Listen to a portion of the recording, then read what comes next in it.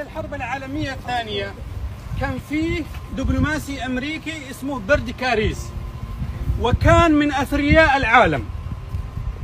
كان يحب واحدة، قالت له أبغى تبني لي مكان وقصر أكون أنا وياك في الدنيا لوحدنا.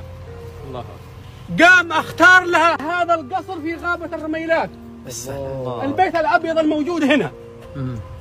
وسميت الحديقة إلى الآن باسمه حديقة برد كاريس. بعدين كان فيه من المقاومين المغاربة ضد الاستعمار أحمد الرسيوني، قام هجم عليها وأسر البنت. وطلبوا منه فدية 70,000 ليرة ذهبية. أيوة.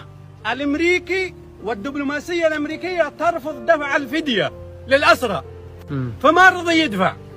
أيوة. قامت هي البنت أعجبت في هذا أحمد الرسيوني المغربي. لما أعجبت في ذا أحمد الرسيوني ترك ذاك الأمريكي اللي ما قدر يدفع الفلوس وهو عنده موجود هذا الفلوس. واحد مخرج أمريكي في عام 73 اقتنص هذا القصة ومثلها في فيلم موجود على اليوتيوب اسمه العاصفة والأسد. موجود هذا الفيلم وفي نفس هذا المكان. طبعا هذا كانت عندها صورة خاطئة عن المغاربة وعن العرب وعن المسلمين أنهم متوحشين، لكن بعد أن رأت الكرم الضيافة المغربي ورأت هذا الرجل المحترم وعرفت يعني أنا أمريكية أنا أسبانية، جابني إلى بلاد العرب وإلى بلاد المسلمين، فاقتنعت أنهم غزاة وأنهم مستعمرين. وهذه قصة حديقة الرميلات، وهذا قدامنا قصر حولوه إلى متحف برد كاريس.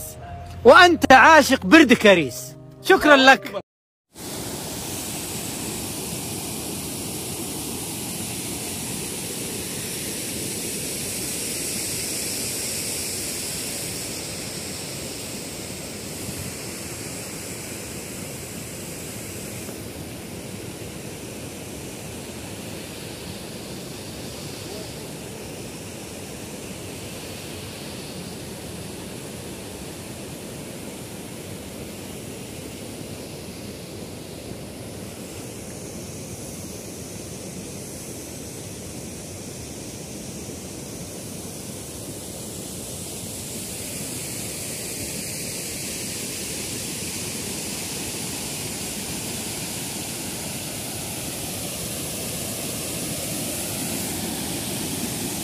واحدة 500,000 مليار، أي ما يقدر ب 36 مليار دولار.